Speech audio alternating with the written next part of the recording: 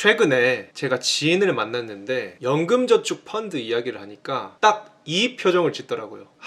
연금저축 펀드 꼭 해야 되는 건 맞는데 이게 유튜브고 네이버고 찾아보는 게 귀찮아서 그냥 안 하고 있다. 요래서 이 김잔잔이 연금저축 시리즈라고 총 6+1탄으로 꼼꼼하게 순서 있게 정리를 해드렸습니다. 요번 영상에서는 그렇다면 이 모든 영상들을 총망라해서 이 한 영상 하나로 전체적인 개념을 조망할 수 있게 큰 그림을 볼 수 있도록 이 김잔잔이 친구에게 설명한다는 생각으로 안내해 드리도록 하겠습니다.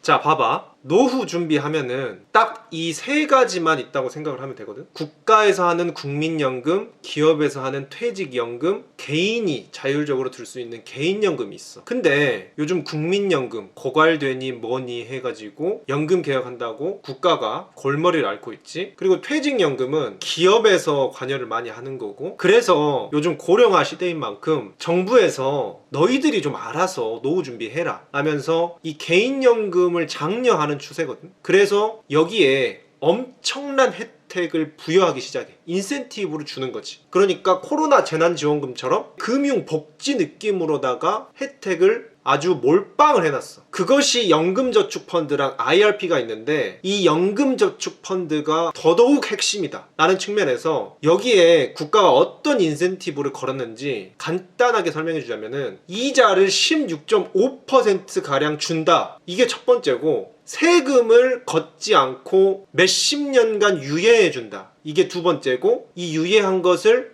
엄청나게 낮은 세금으로 나중에 걷는다. 요건데, 대충 살펴보자면 우리 국가가 국민들한테 컨트롤할 수 있는 게 세금이잖아. 그래서 세금을 이용해서 우리가 여기 납입한 돈의 16.5% 혹은 고소득자라면 13.2%만큼 세금 환급을 해줘. 아니면은 세금을 내야 할 사람이 있다면 감면을 해주겠지. 그런 식으로 요즘 고금리 시대라고 하지만 아무리 특판 좋은 거 나와봤자 5%, 6% 하는 수준이잖아. 그런데 16.5%를 환급해 준다는 것은 정말 미친 혜택이라고 볼 수 있어. 이거 받아서 그냥 소고기 사 먹는 거야. 꽁돈이라고 볼 수 있지. 이게 첫 번째 강력한 혜택이고, 두 번째는 이 황금 계좌에 울타리를 쳐놨어. 장벽을 쳐놨다고 해야 되나? 어떤 장벽이냐면은 국세청이 세금을 못 걷도록 장벽을 쳐놨단 말이야. 그래서 일반적으로 우리가 돈을 모으게 되면은 이자 소득세든 투자와 관련한 세금이든 세금을 이렇게 족족 떼간단 말이야. 그런데 이 연금저축펀드에서는 장벽을 쳐놨기 때문에 국세청이 와서 세금을 건드릴 수가 없어. 세금을 떼갈 수가 없어. 그래서 돈이 온전히 모인다. 그렇기 때문에 일반 계좌에서는 이렇게 돈이 조금씩 갈린 상태에서 돈을 모았다면은, 연금저축펀드에서 돈을 모은 사람은 이렇게 돈이 온전한 상태에서 돈을 모으겠지. 그런데 이게 수십 년간 복리, 그러니까 이자에 이자까지 쌓이는 개념으로 복리로 늘어나게 된다면은 연금저축펀드에 가입해서 돈을 모은 사람이랑 일반 계좌로 돈을 모은 사람이랑 격차가 엄청나게 커지게 된다. 이것을 어려운 말로 세금의 과세 이연이라고 해.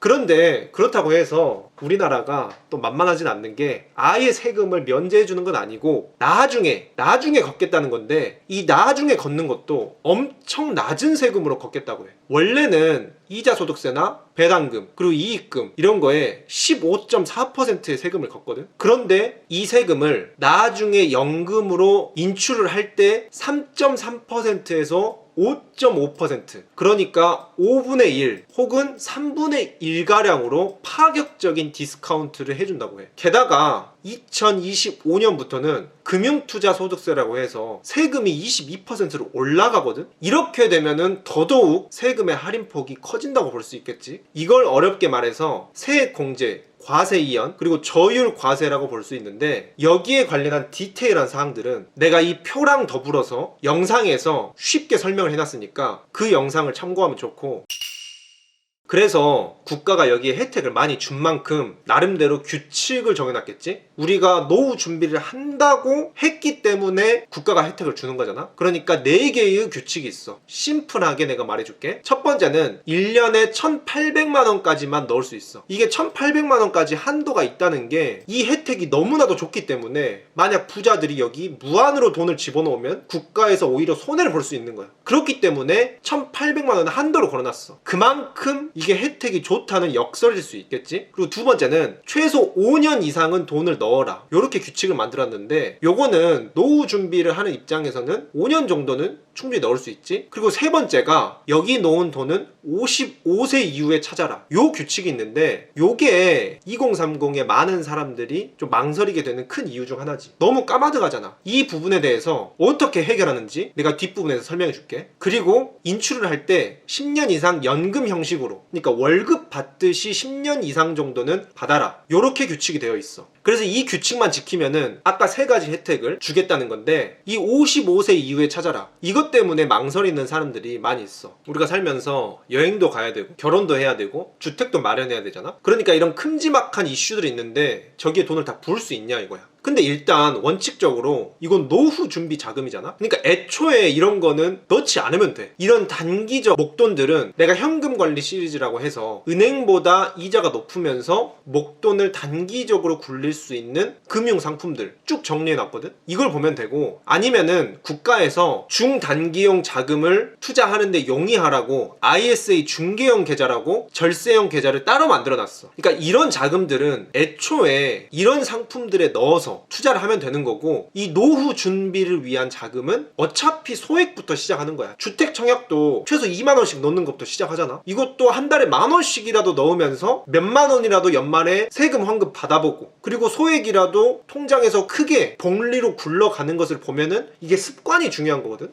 일단 혜택이 너무 좋기 때문에 소액으로라도 출발을 해라. 요런 말 해주고 싶고, 그리고 사실 이건 진짜 엄청난 꿀팁인데, 이 규칙을 어기잖아? 그러면은 페널티가 어느 정도 주어져. 근데 그 페널티라는 게 따지고 보면은 이 국세청에서 돈을 중도에 해지하고 뺄 때 기타 소득세 16.5%를 떼고 주겠다. 요렇게 페널티를 걸어놨거든. 근데 사실 아까 기억나? 세액 공제율 자체가 16.5%였어. 그러니까 받은 혜택을 그냥 그대로 토해낸다는 개념이거든. 근데 또 이게 연금저축펀드가 사기급으로 3가지 혜택이 있었잖아. 이 혜택이 너무 좋다 보니까 중간에 이렇게 돈을 모으면서 일반 계좌랑 달리 격차를 벌리다가 만약에 나중에 16.5%를 토해내면서 페널티를 먹으면서 해지를 하더라도 기존의 혜택이 너무 좋아서 격차가 많이 벌어져 있는 상태이기 때문에 페널티를 먹어도 일반 계좌보다는 앞서 나갈 수 있다. 요런 상황이 대부분 벌어지게 되거든. 여기에 관련해서도 내가 영상으로 디테일하게 다뤄놨으니까 그 영상을 참고하면 돼.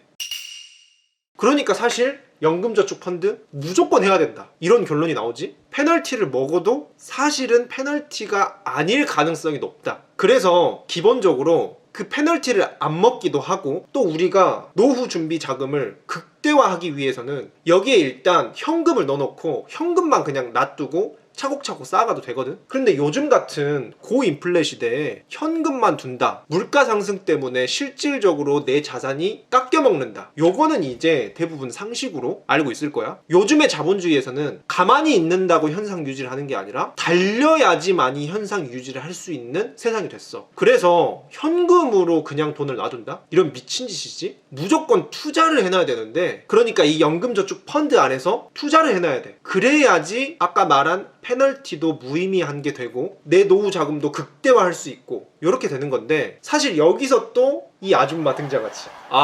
투자?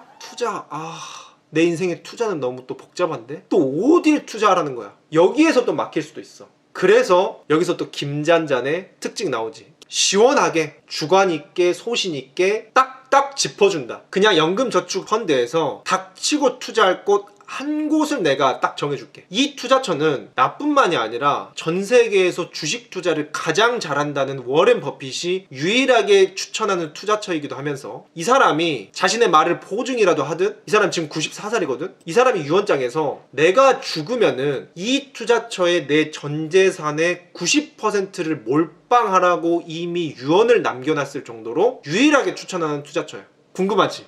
그건 바로 미국의 상위 500개 기업에 자동으로 분산해서 투자하는 S&P 500 ETF 상장 지수 펀드라는 건데, 쉽게 말하면은 너가 여기에 투자하는 순간 애플부터 시작해서 구글, 엔비디아, 테슬라, 코카콜라, 디즈니, 맥도날드, 지구상 최강의 기업 상위 500개 기업에 자동으로 돈이 분산해서 투자해서 들어가. 여기에 대해서 내가 장점 4가지 설명해줬거든. 이 4가지도 영상으로 확인해보면은 내가 거의 세뇌시키듯이 이게 얼마나 좋은지 찬양을 해놨어. 그러니까 연금저축 펀드 만들고 그냥 복잡하게 생각할 필요 없이 S&P 500 ETF에 넣는다. 그냥 여기에 차곡차곡 적립해 놓으면은 알아서 얘가 수익을 내주면서 굴러간다. 미국의 500개 기업이 성장하는 만큼 같이 굴러간다 라고 생각하면 돼. 게다가 또 이 친절한 김잔잔 시원하게 다 찝어준단 말이야. 이게 S&P 500이 하도 좋다 보니까 우리나라 증권사에서도 8, 9개 증권사에서 수없이 많은 상품들을 내놨어. 사실 뭐를 사도 다 상관없거든. 그런데 또 그런 거 복잡하잖아. 증권사 어디 선택해요? 이런 질문들도 많더라고. 특히 우리나라 사람들 결정장애 많이 있잖아. 그래서 내가 이것까지 딱 짚어줄게. 마지막으로 미래에세트웨에 타이거라는 브랜드가 있거든. 이거 광고 절대 아니야. 광고 좀 줬으면 좋겠어. 그래도 너무 대기업이라 안 줄 것 같은데 그냥 딱 집어줄게. 그냥 아무것도 모르겠으면은 이거 사. 구독자들이 타이거만 추천하냐고, 다른 건 안 좋냐고 이렇게 귀엽게 물어보는 사람들도 있던데, 이 부분은 내가 말하지만 뭐를 사도 대동소이해. 각각의 특색이 있고 뭐를 사도 대동소이하지만 나는 가장 무난하고 진짜 모르겠다 하는 사람들에게 이걸 추천한다.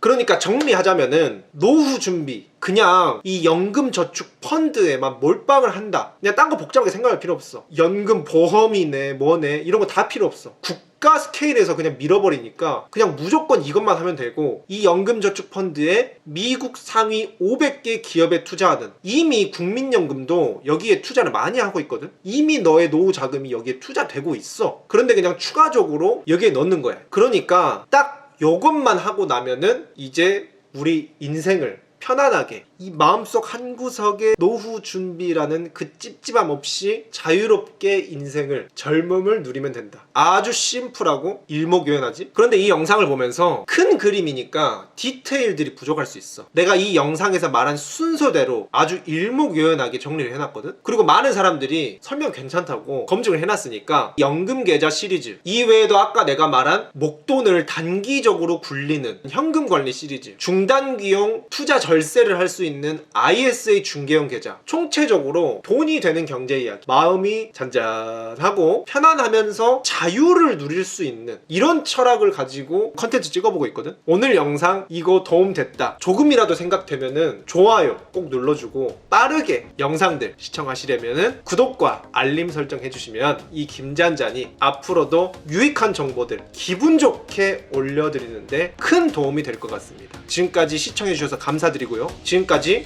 김잔잔이었습니다.